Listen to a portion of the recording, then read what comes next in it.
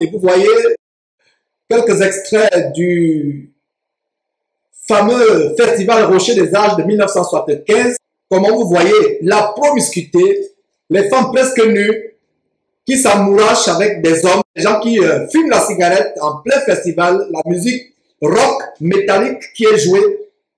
Et c'était un festival de hippies en 1975 où des drogués, des efféminés, des homosexuels, des débauchés, des fornicateurs viennent faire des choses terribles. Les femmes sont habillées à la légère. Et cela n'est pas le standard, ce n'est pas le standard de la parole de Dieu. Et quand nous allons dans la parole, j'ouvre tout simplement une parenthèse par rapport à comment la femme ne doit pas enseigner. Quand on va à 1 Timothée chapitre 2, à partir du verset 9, je veux aussi que les femmes, vêtues d'une manière décente, voilà, vêtues d'une manière décente, avec pudeur et modestie, ne se parlent ni de tresses, ni d'or, ni de perles, ni d'habits somptueux. Pas comme le dead end du ministère de la voix, c'est la voie vers la mort, la voie où il n'y a pas de retour, où les gens s'habillent de manière indécente. Mais la Bible dit que les femmes doivent s'habiller de manière pudique, avec pudeur et modestie, ne se parlent ni de tresses, ni d'or, ni de perles, ni d'habits somptueux, mais qu'elles se parlent de bonnes œuvres, comme il convient à des femmes qui font profession de servir Dieu. D'ailleurs, il y a quelques extraits de cet abominable spectacle qu'ils ont fait, les adeptes de l'esprit. Et quand vous suivez les adeptes de l'esprit, qu'est-ce que vous constatez? C'est un spectacle de débauche, vraiment une orgie, comme le spectacle de Burning Man que j'ai dénoncé, des orgies dignes de Hollywood. Et les enfants étaient dans la salle. Et je vais d'ailleurs ouvrir une parenthèse par rapport à ça. Vous-même, vous avez regardé cela. D'ailleurs, avant de vous passer la parole, moi-même, j'ai regardé cela à l'époque. Je me demande comment j'ai apprécié un seul instant cet abominable spectacle. Je me demande comment j'ai fait voir ce spectacle abominable dans des congrégations, dans ce qu'ils appellent les brindis ou les réunions de labo. Je me demande comment regarder ça avec les enfants. Ici aux États-Unis, il y a des États où vous montrez ce spectacle aux enfants, on va vous arracher les enfants, vous irez en prison et à juste titre. Et voilà ce qui se passait. C'est pas surprenant donc que beaucoup de chrétiens comme mon petit frère peuvent avoir une vie de débauche, divorcer, se remarier, forniquer, les femmes peuvent tromper. Regardez, quel match sur votre écran qui s'amourache en dansant, en faisant des danses avec une femme, des danses impudiques. Soi-disant, ils sont en train de faire un séminaire comment vaincre l'ennemi. Ils sont plutôt vaincus par l'ennemi. Ils sont plutôt en train d'adorer les démons de concupiscence et de lubricité. J'aimerais que vous commentiez un petit peu sur cette parenthèse que je viens d'ouvrir sur ce spectacle abominable qui défile sur votre écran. J'aimerais d'abord vous demander pardon, chers auditeurs, parce qu'en fait, je vous expose à ce que nous avons nous-mêmes été exposés. Et la décision de montrer cela n'a pas été à la légère. Il faut que les hommes, le monde entier, sachent à quel point nous sommes dans l'abomination. Raison pour laquelle il y a donc la débauche, la perversité. Je vous passe la parole, Jean-François Egras. Merci pour la parole, Georges. Alors, effectivement, nous avons aussi suivi les athlètes de l'esprit à plusieurs reprises. Et de regarder avec un œil neuf aujourd'hui, notre lecture était vraiment différente. C'est marrant. Alors, c'est vrai qu'on ne voyait pas les choses sous cet angle-là auparavant. Et effectivement, ce qui nous a frappé, moi, la première chose qui m'a frappé, je me suis posé une question, je disais comment, alors que il y a quand même des choses qui sont des directives claires qui sont données par Dieu dans sa parole concernant notre marche, notre attitude, notre tenue vestimentaire et notamment pour les femmes. Je me suis dit comment une femme chrétienne née de nouveau de l'Esprit de Dieu, rachetée par le sang précieux du Christ, comment peut-on exposer une femme aussi précieuse en l'exposant dans une telle tenue, alors que Dieu recommande de la pudeur, de la modestie? Comment cela ne nous a pas frappé à l'époque? Il y avait vraiment un esprit de séduction, une séduction. Et d'aveuglement. Exactement, une séduction. Et qu'on n'a pas vu ça comme ça.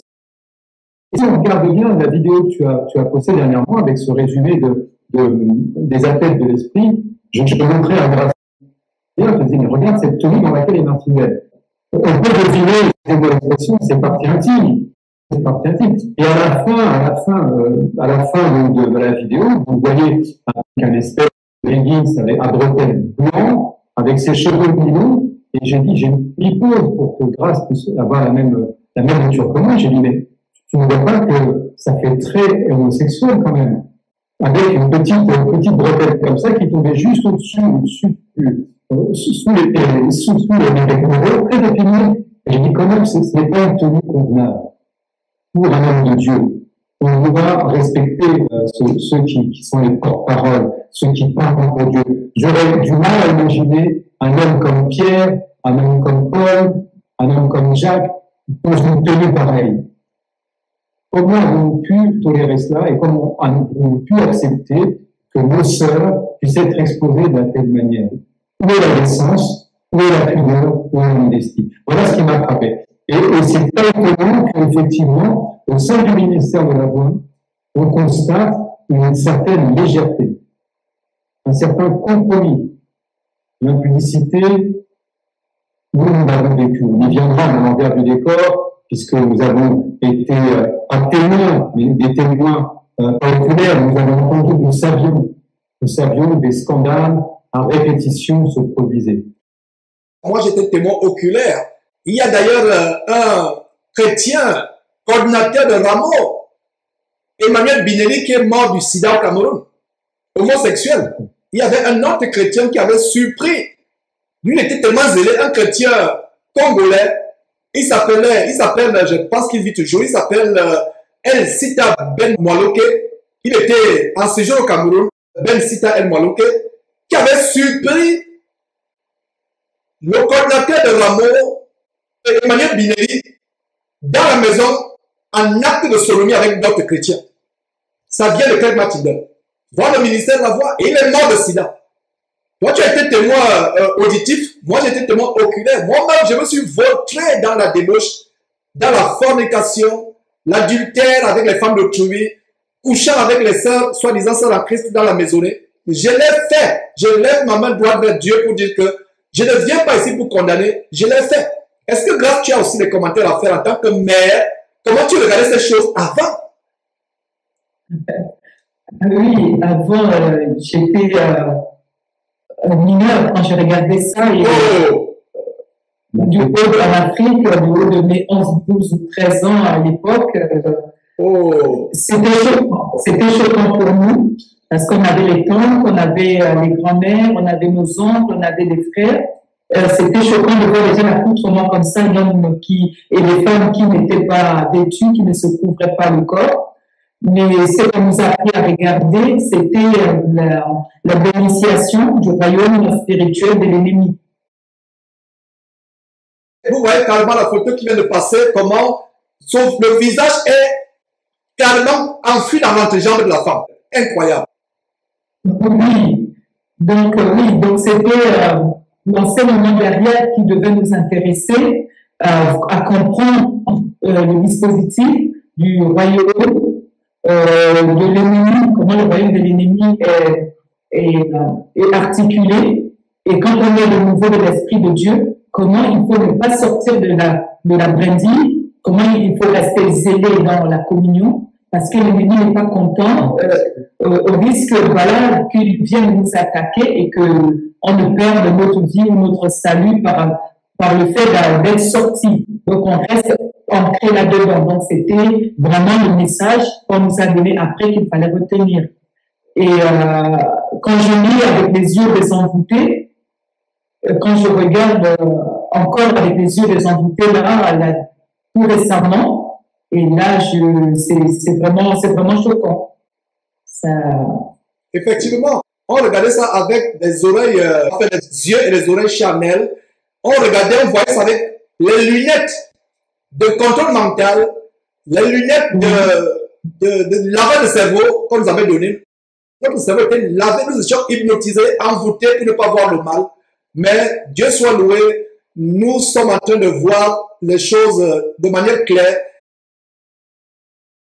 La volupté qui a gangréné le ministère de la Voix depuis le début. Et comme je l'annonçais, voilà un séminaire le séminaire, le festival hippie de promiscuité sexuelle de 1975, qu'on appelait le Rock of Ages, le rocher des âges. Et, comme tu le disais si bien, Victor Powell et tous ceux qui l'ont succédé comme Martindale sont passés maîtres dans l'art du subliminal. Ils prennent des préceptes bibliques, des doctrines bibliques, et ils se cachent derrière ces doctrines bibliques pour véhiculer le satanisme, la démo sexuelle. Par exemple, le rocher des âges. Quel blasphème!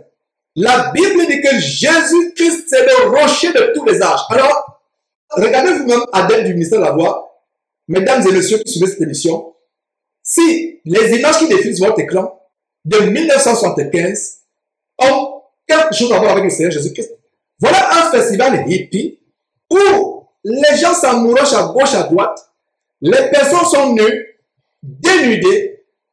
C'est vraiment terrible. Ça, c'est quelques aspects. C'est un festival abominable. Un festival abominable. Et je ne sais pas si tu as d'ailleurs, avant de continuer, j'aimerais te poser la question, est-ce que tu étais au courant justement de ce festival Rocher des Âges? Regardez par exemple comment ils sont en train d'embrasser, excuse-moi, comment ils sont en train d'embrasser les femmes qui sont ces esclaves sexuels comme Dieu ont témoigné. En fait, la raison pour laquelle on entend cette émission, adeptes du ministère de la Voix et auditeurs qui regardent cette émission, c'est pour vous montrer que le fondement était l'impudicité, la débauche sexuelle, l'homosexualité, la bestialité, le satanisme. Regarde ce monsieur, me voilà en chemise hawaïenne qui, dans ce séminaire de hippie, regardez, les gens s'amourachent. Voilà une femme avec une cigarette qui est en train de fumer, les jambes croisées, les jambes dénudées, croisées, qui est en train de fumer. Voilà d'autres qui s'amourachent, voilà toujours une autre personne qui allume sa cigarette. Et beaucoup d'Africains seront choqués en regardant cela, parce que c'est des images inédites. Vous voyez, Karen Barn, c'est, on dit barn encore en anglais, ça veut dire que dans les fermes, là où on met le bétail, etc., la grange, voilà, la grange. Karen Barn, c'est la grange, voilà, des hommes qui s'amourachent. La démo sexuelle en plein festival. En plein festival. Vous allez allongés, nus, dans les tentes. Voilà le régime du ministère de la Voix. Si toi, adepte du ministère de la Voix, tu es dans l'impudicité, tu es dans la démo sexuelle, voilà d'où ça vient. Voilà d'où ça vient. Si tu es dans le mariage, le divorce, l'adultère, voilà la débauche. Le monde doit être changé par l'évangile. Mais regardez la débauche sur votre écran. C'est terrible. Je ne sais pas si tu as entendu parler de ce festival de Rocher des Âges, pour ne pas dire le rocher, je ne sais pas, de l'abomination, le rocher du mont Carmel, des adorateurs de Baal. J'ai envoyé dernièrement la vidéo, je pense que tu as évoqué le festival de Halloween. Hein. Donc on est toujours dans la même veine, dans la même tendance. Je pense que on est dans les années 70, les années 80, et on sait qu'on est dans la période de ce qu'on a appelé la révolution sexuelle. Donc, ça fait partie des États-Unis, c'est passé aussi par la France, ça a fait le tour du monde. Il y a eu une idée, un concept qui a facilité le libertinage et la liberté sexuelle. Et donc, le ministère a surfé sur cette tendance pour aller chercher des jeunes, voilà, et peut-être en faire des adeptes de la voix, mais en tout cas pas des adeptes du Christ, des disciples du Christ. Parce qu'on voit ce qui a pu se passer. Voilà, justement, la scène de Burning. Voilà, il a perduré jusque, je pense, au milieu des années 80, voire fin des années 80. Mais rien, comme on dit, rien de nouveau sous le soleil. Tu sais, aujourd'hui, les choses, l'impudicité, l'adultère, le sexe avant le mariage, le remariage, parce qu'on voit, moi j'ai quitté le ministère il y a 10 ans, et je fais par des gens qui sont encore aujourd'hui, j'ai des échos, voilà. Certains collaborateurs, des gens qui sont regardés comme des responsables, des colonnes au sein de cette assemblée, donc des pasteurs en quelque sorte, ces gens-là ont quitté leur épouse et se sont mis avec une autre femme, c'est connu, c'est sûr, mais ça ne gêne personne.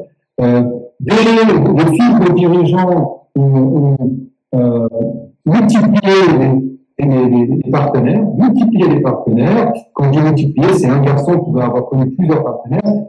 Alors, ça, c'est sûr, donc il fallait un petit peu l'écarter, mais ils sont toujours au sein du ministère. Il y avait une certaine légèreté, et là, je veux parler sans vouloir trop les pointer du doigt, mais au sein des productions de la voix, donc et je pense que ça, c'est spécifique à beaucoup d'assemblées. Je pense que s'il n'y a pas de la rigueur, s'il n'y a pas un cœur ferme et des gens vraiment tournés vers Dieu, et surtout des tenues vestimentaires, parce qu'on voit de jeunes sœurs arriver à des répétitions, ou même se prendre. On avait les réunions vraiment, il n'était pas choquant de voir les genoux des sœurs, les bras, la nuque, voilà, il n'y avait pas de comment dire, de pudeur, il n'y avait pas de modestie, il n'y avait pas, la femme ne se voilait pas, je pense qu'on viendra à un moment donné parler de la doctrine, genre, mais voilà, rien de nouveau sous le soleil, ça se fait toujours aujourd'hui, il y a toujours cette légèreté, mais les choses se font d'une manière un peu plus cachée. Et ceux qui sont à un certain niveau, travaillent un peu devant les coulisses, sont au contact des grands dirigeants, vont parfois être au fait au courant de ces choses-là, parce que ça se fait vraiment d'une manière subtile, mais on le sait. On sait qu'il y a de la légèreté, il y a de l'impudicité, il y a de l'adultère, et c'est pas normal. C'est pas normal au sein d'une assemblée chrétienne, ce genre de choses doit être traité. Et il doit être traité avec rigueur, avec fermeté. On ne peut pas accepter ça. Voilà. Donc, c'est pas le but, c'est pas le sujet, mais je veux dire, on viendra sûrement, si le temps nous permet, aux contradictions et puis aux erreurs doctrinales qui nous ont poussés à partir. Voilà, mais c'est vrai que ça ne me choque pas. Le Rocher les Uns, j'ai été peut-être, oui, un lieu où cette liberté, ce libertinage était courant, finalement. Ouais. Et justement, les gens vont dire que non, ça s'est passé il y a plusieurs années, il y a environ 40 ans que cela s'est passé, que ça ne se passe pas aujourd'hui. Mais regardez, après avoir suivi ce festival de débauche sexuelle de 1975 aux États-Unis, au Imperial College Festival, de Rocher des Âges en 1975, les gens vont dire que non, c'est vieux ça ne se passe plus aujourd'hui. Regardez ce qui se passe du côté de la Belgique. Ça va vous choquer. Un spectacle de célébration du 80e anniversaire de cette abominable secte. La Bible dit, n'aimez pas le monde, ni les choses qui sont dans le monde. Si quelqu'un aime le monde, la musique mondaine, les choses mondaines, la musique mondaine, n'aimez pas le monde, ni les choses qui sont dans le monde. Si quelqu'un aime le monde, l'amour de Dieu n'est pas en lui, n'est pas en lui. Donc, regardez mes frères et sœurs, l'année passée, en Belgique, la continuation de ce festival de Rocher des Âges de débauche sexuelle, de promiscuité de 1975, qui se poursuit jusqu'à aujourd'hui, c'est pour vous montrer que la racine est là. Suivez vous-même, c'est quelques extraits. Mettez-vous debout, nous allons danser les moutachis dans le Seigneur. On y va!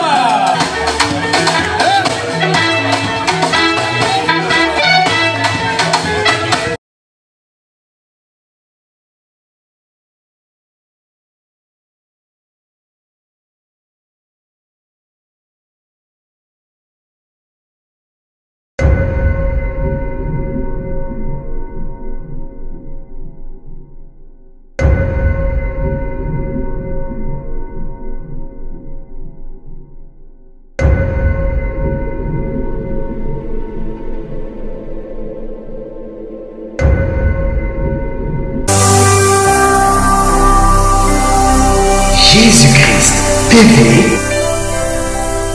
vous connaîtrez la vérité et la vérité vous affranchira.